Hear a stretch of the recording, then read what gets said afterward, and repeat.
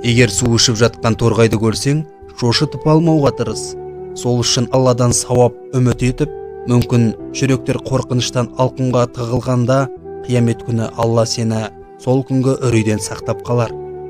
Көшеде жолыңа шыққан итті қақпай, көлігіңді шетке бұрсаң, Алладан сауабын үміт ет. Мүмкін Алла сені жаман өлімнен сақтар. Тамақ қалдықтарын қоқысқа төгерде, құстар жесін деген ниетпен жағдай жаса. Сосын Аллахтан сауабын үміт ет.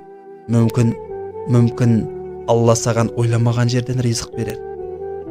Тіпті осы сөздерді таратқың келсе, жақсылық көбейсін деп ниет ет. Мүмкін Алла сені дүние мен ақыреттің қайғысынан сақтап қалар. Жақсылықты аз да болса да жасап қалуға тырыс. Себебі қай жақсылығың жәннатқа кіргізетінін білмейсің.